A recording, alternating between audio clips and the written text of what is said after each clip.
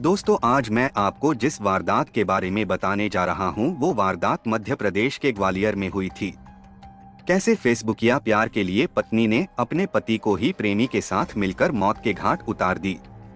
नमस्कार दोस्तों, मैं उपेश कुमार आप सभी का स्वागत करता हूं हमारे और आपके अपने चैनल कुम्हरिया टीवी में क्राइम की एक दर्दनाक कहानी के साथ। दोस्तों, अगर आप चैनल पर नए हैं तो प्लीज सब्सक्राइब करके घंटी के बटन को क्लिक कर लीजिए ताकि मेरी हर वीडियो का नोटिफिकेशन आप तक पहुंचती रहे। तो चलिए दोस्तों, कहानी को विस्तार से जानते हैं। मध्य प्रदेश के जिला ग्वालियर के अशोक नगर में स्थित त्रिकाल चौबीसी जैन मंदिर हिंदुस्तान भर में प्रसिद्ध है। इसके अलावा यहां उत्पन्न होने वाले शरबती गेहूं की वजह से इस शहर की विश्व भर में पहचान है। इसी शहर में वार्ड नंबर 15 के अंतर्गत आने वाले हिरियन टपरा पठार मोहल्ला में सौरभ जैन अपने परिवार के साथ रहता था। पेशे से सौरभ सेल्समैन का काम करता था, अतः सुबह 10 बजे खाना खाकर घर से निकलने के बाद उसका देर रात को ही घर लौटना होता था। ऋचा ने अपने अच्छे व्यवहार से अपनी सास और देवर का मन मोह लिया था। ससुराल में ऋचा की सभी तारीफ करते थे, इससे ऋचा बेहद खुश थी। ऋचा ने अपने दिल में ढेरों सपने संजोए थे। वह दुनिया की वे सब खुशियां पाना चाहती थी जो एक लड़की चाहती है। शादी के बाद सौरभ और ऋचा बेहद खुश थे। शादी के 9 साल कब बीत गए पता ही नहीं चला। इसी बीच ऋचा एक बेटे की मां बन गई। बेटा पैदा होने के बाद घर में खुशी और बढ़ गई। ऋचा का समय बच्चे के लालन पालन में व्यतीत होने लगा। ऋचा अपने जीवन साथी के साथ खुश थी, लेकिन कोरोना काल में फेसबुक पर चैटिंग के दौरान दीपेश भार्गव से दोस्ती हो जाने के बाद ऋचा के व्यवहार में अचानक काफी बदलाव आ गया था, जिसके चलते घर में हर समय कलह रहने लगी। सौरभ को कुछ समझ में नहीं आ रहा था कि ऋचा उसके और उसके घर वालों के साथ ऐसा व्यवहार क्यों कर रही है।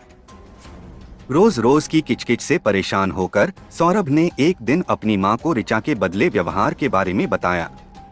मां ने बेटे को ही समझाया कि आज नहीं तो कल सब ठीक हो जाएगा। समय अपनी गति से गुजरता रहा, लेकिन ऋचा के व्यवहार में कोई बदलाव नहीं आया। दिन प्रतिदिन पति पत्नी में कलह बढ़ती ही गई। ऋचा के व्यवहार को देखकर सौरभ सोचता था कि इससे तो वह बिना शादी के ही हंसी खुशी से जीवन गुजार लेता। 27 वर्षीय ऋचा जैन बालाजी धाम कॉलोनी में रहने वाले 35 वर्षीय सौरभ जैन की पत्नी थी। बात तकरीबन 3 साल पुरानी 2020 में कोरोना महामारी में लगे लॉकडाउन के समय की है। उसी दौरान ऋचा की विदिशा के भटौली निवासी दीपेश भार्गव से फेसबुक पर चैटिंग के दौरान दोस्ती हो गई थी। ऋचा के कहने पर एक दिन दीपेश भार्गव ऋचा से मिलने अशोक नगर आया। ऋचा के बात करने के खुले लहजे और उसकी खूबसूरती से वह बहुत ज्यादा प्रभावित हुआ। उस पर अपना प्रभाव जमाने के लिए गजब के चालाक दीपेश ने खुद को एक बड़े रईस परिवार से ताल्लुक रखने वाला बताया। उसने अपने पिता का विदिशा में बहुत बड़ा इलेक्ट्रॉनिक शोरूम होना भी बताया। दीपेश ने ऋचा को अपनी बातों के जाल में फंसाकर अपना दोस्त बना लिया था। जैसे जैसे समय गुजरता गया, ऋचा और दीपेश की सोच में बदलाव आता गया। धीरे धीरे उनकी दोस्ती प्यार में बदल गई। दोस्ती और प्यार तक तो ठीक था, लेकिन दोनों के कदम मर्यादा की दीवारों को लांघ चुके थे। उनके बीच शारीरिक रिश्ते तक बन गए थे। हालात बिगड़ने तब शुरू हुए जब दीपेश ऋचा से मिलने उसके घर भी आने लगा और रुकने भी लगा। अभी तक तो ऋचा और दीपेश के संबंध सौरभ और उसके घर वालों से पूरी तरह छिपे हुए थे, क्योंकि ऋचा ने ससुराल वालों को दीपेश को अपना मुंहबोला भाई बताया। सौरभ का बेटा भी दीपेश को मामा कहता था, इसलिए शुरुआत में दीपेश की खूब आवभगत हुई थी। इसी रिश्ते की आड़ में पति की गैरमौजूदगी में मौका मिलते ही ऋचा और दीपेश अपनी हसरतें पूरी कर लेते थे, क्योंकि सौरभ और उसके घर वालों के मन में ऋचा के प्रति अविश्वास जैसी कोई बात नहीं थी। हालांकि रिश्तों के विश्वास के मामले में सौरभ अपने ही घर में पत्नी से धोखा खा रहा था। ऐसी बातें छिपी नहीं रहती।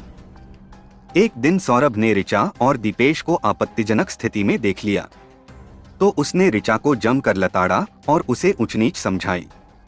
इस मौके की नजाकत को समझते हुए ऋचा ने दीपेश से अपने रिश्ते खत्म करने की बात कहकर झूठी कस्में भी खा लीं और उससे कभी नहीं मिलने का वादा किया। लेकिन वह उस पर लंबे समय तक कायम नहीं रह सकी। कस्में और वादे मात्र दिखावा थे। उधर ऋचा और दीपेश का प्यार परवान चढ़ा तो ऋचा का मोह अपने पति से भंग होने लगा था। इतना ही नहीं, उसने पति के साथ बेवफाई कर डाली। ऋचा ने घर से भागकर लिव इन रिलेशनशिप में रहने का फैसला भी कर लिया था। 31 मार्च 2022 को मौका मिलते ही ऋचा अपने 8 वर्षीय बेटे को अपने साथ लेकर प्रेमी दीपेश के साथ ससुराल से भाग गई। लगभग 2 महीने तक ऋचा और दीपेश लिव इन रिलेशनशिप में रहे। इसके बाद एक दिन ऋचा ने अपने पति सौरभ को फोन करके कहा, मुझे तुम्हारी बहुत याद आती है और तुम्हारा बेटा शौर्य भी तुम्हारे पास जाने की हट करता है। उसे दीपेश के पास रहना कतई अच्छा नहीं लगता। मैं और तुम्हारा बेटा तुम्हारे पास वापस लौटना चाहते हैं। भोला भाला सौरभ अपनी फरेबी पत्नी के शैतानी दिमाग में मच रही साजिश को नहीं समझ सका, बल्कि ऋचा के अंदर आए इस बदलाव से वह काफी खुश हुआ। कोमल दिल के सौरभ ने पत्नी को माफ कर दिया और नए तरीके से जिंदगी शुरू करने का ख्वाब देखने लगा। वह पत्नी ऋचा और बेटे शौर्य को फिर से अपने साथ रखने को तैयार हो गया। ऋचा के प्रेमी के पास से लौटकर आने के बाद सौरभ सोचता था कि सब कुछ पहले की तरह ठीक हो जाएगा, पर ऐसा नहीं हुआ। ठीक होने के बजाय घर में कलह और बढ़ गई। रोज रोज की लड़ाई झगड़े से परेशान होकर सौरभ ऋचा के दबाव में घर वालों से नाता तोड़कर अशोक नगर के ही हिरियन के टपरा में किराए पर कमरा लेकर रहने लगा। यहाँ पर कुछ दिन रहने के बाद बालाजी धाम और फिर कोलुआ रोड पर रहने पहुँच गया था। यहीं पर ऋचा ने दृश्यम फिल्म को बार बार देखने के बाद प्रेमी के साथ मिलकर पति की हत्या की वारदात को अंजाम देने की योजना बनाई। इसी योजना के तहत घर वालों से नाता तोड़वाने के बाद उसके हिस्से में मिली 5 बीघा जमीन की जनवरी 2023 में 11.5 लाख रुपए में बिकवा दी। फिर पति के नाम एक ट्रैक्टर फाइनेंस कराने के बाद पति का जीवन बीमा भी करा दिया और शेष बची रकम अपने नाम करा ली। ट्रैक्टर और जीवन बीमा पॉलिसी के पैसे हड़पने के लालच में ऋचा ने अपने पति के घर वालों से पति का नाता तुड़वाने के साथ ही बातचीत भी बंद करा दी थी। हालांकि सौरभ मां के बुलाने पर ऋचा से छिपकर अपनी मां से मिलने घर पर आता रहता था। सौरभ का छोटा भाई विनीत भी जब तब सौरभ के दोस्तों से सौरभ के हालचाल पूछ लिया करता था। इत्तेफाक से फरवरी माह में सौरभ के हाथ में फ्रैक्चर हो गया था। अपनी योजना को अंजाम देने के लिए ऋचा ने अशोक नगर के ही दिनेश शर्मा की स्विफ्ट डिजायर कार भोपाल के लिए बुक कर लिया। 21 फरवरी 2023 की सुबह ऋचा अपने पति को बेहतर इलाज कराने के बहाने कार लेकर अशोक नगर से पति को लेकर भोपाल के लिए रवाना हुई। सौरभ को क्या पता था कि पत्नी और उसके प्रेमी के मन में क्या चल रहा है। खतरे से अनजान सौरभ ने सहज भाव से भोपाल चलने की हामी भर दी। जैसे ही कार विदिशा जिले के शमशाबाद स्थित कोलुआ गांव में पहुंची, ऋचा ने ड्राइवर से यह कहते हुए कार रोकने को कहा कि अब हम लोगों का इरादा बदल गया है।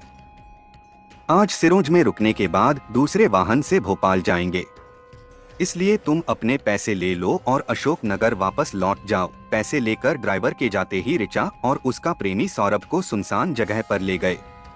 फिर दोनों ने बड़ी बेरहमी से पत्थर से सौरभ का सिर कुचलकर मौत के घाट उतार दिया और उसके बाद सौरभ की लाश विदिशा जिले के शमशाबाद की एक खाई में फेंक दी।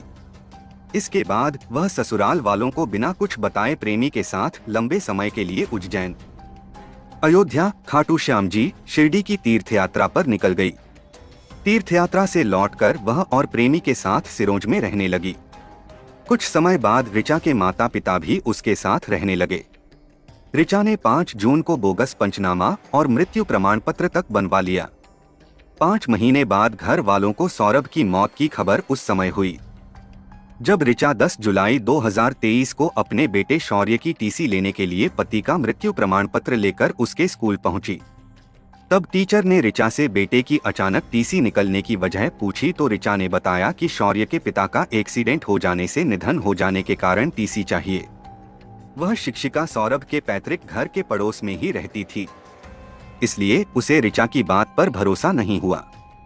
तो उसने ऋचा से कहा कि टीसी आपको कल मिल सकेगी। स्कूल से लौटने पर शिक्षिका ने सौरभ की मां को बताया कि आज सौरभ की पत्नी ऋचा स्कूल में आई थी, बता रही थी कि सौरभ का एक्सीडेंट हो जाने से निधन हो गया है। ये बात सुनते ही मां सन्न रह गई। सौरभ की मां ने किसी तरह अपने आप को संभाला और अपने छोटे बेटे विनीत को इस बारे में बताया। विनीत को भी विश्वास नहीं हुआ कि उसके भाई का निधन हो गया है। वह इसकी हकीकत जानने के लिए दूसरे दिन अपने भतीजे शौर्य के सेंट थॉमस स्कूल जा पहुंचा। जैसे ही सौरभ की पत्नी ऋचा बेटे की टीसी लेने स्कूल पहुंची तो विनीत ने अपनी भाभी से पूछा कि भैया कहाँ हैं। ऋचा ने बेझिझक होकर बताया कि उनका तो 21 फरवरी 2023 को ही एक्सीडेंट में मृत्यु हो गई है। फिर उनका वहीं पर अंतिम संस्कार कर दिया था। भाभी के मुंह से यह सुनकर विनीत दंग रह गया। उससे ज्यादा बहस करने के बजाय विनीत ने अपने रिश्तेदारों को इकट्ठा किया और सीधे अशोक नगर के एसपी अमन सिंह राठौड़ से मिलने उनके कार्यालय में जा पहुंचा। विनीत ने उन्हें बताया कि पिछले 5 महीने से अपने बड़े भाई के बारे में कुछ भी पता नहीं चल रहा है। मुझे अपनी भाभी और उनके प्रेमी दीपेश भार्गव पर शक है कि दोनों ने मिलकर उनकी हत्या कर दी है। एसपी ने मामले की गंभीरता को देखते हुए इस मामले का जल्द से जल्द खुलासा करने की जिम्मेदारी कोतवाल नरेंद्र त्रिपाठी को सौंप दी। त्रिपाठी के नेतृत्व में SI Awadhesh Raghuvanshi, head constable Shailendra Raghuvanshi तथा टीम के सदस्यों ने फरार ऋचा और उसके प्रेमी को गंज बासौदा से गिरफ्तार कर लिया। उनसे थाने में पूछताछ की गई तो पूछताछ के दौरान ऋचा और उसके प्रेमी दीपेश ने कई झूठ बोले थे। उनमें सबसे बड़ा झूठ कि सौरभ की हत्या करने के बाद उसके शव के टुकड़े करने के बाद बालाजी कॉलोनी में मकान की छत पर जला दिए थे। लेकिन पुलिस की पड़ताल के दौरान उक्त स्थान पर शव जलाए जाने का कोई सबूत नहीं मिला। फिर ऋचा के प्रेमी ने बताया कि सौरभ का अंतिम संस्कार अशोक नगर के श्मशान घाट में किया था। श्मशान घाट का रिकॉर्ड देखने पर यह बात भी झूठी निकली, क्योंकि वहां के रजिस्टर में सौरभ का नाम दर्ज नहीं था। कोतवाल नरेंद्र त्रिपाठी ने ऋचा और दीपेश की बताई कहानी पर भरोसा न करके विदिशा सागर और गुना पुलिस से 21 फरवरी से 23 मार्च के बीच मिली अज्ञात लाशों के संबंध में मैसेज भेजकर जानकारी ली। इसके बाद शमशाबाद पुलिस ने बताया कि 23 फरवरी को किसी युवक का शव मिला था। वह फोटो सौरभ के भाई को दिखाए। फोटो को देखते ही उसने शव की पहचान अपने बड़े भाई सौरभ जैन के रूप में कर दी। शव की पहचान हो जाने के बाद कोतवाल नरेंद्र त्रिपाठी ने उन दोनों से फिर पूछताछ की। इस बार सख्ती से पूछताछ की गई तो दोनों टूट गए और उन्होंने सौरभ की हत्या की बात कबूल कर ली। पुलिस ने ऋचा और दीपेश के खिलाफ सौरभ की हत्या का मामला दर्ज कर दोनों को अदालत में पेश किया, जहां से दोनों को जेल भेज दिया। दोस्तों, क्राइम की ये कहानी यहीं खत्म होती है। कहानी के अंत तक बने रहने के लिए आपका बहुत बहुत धन्यवाद।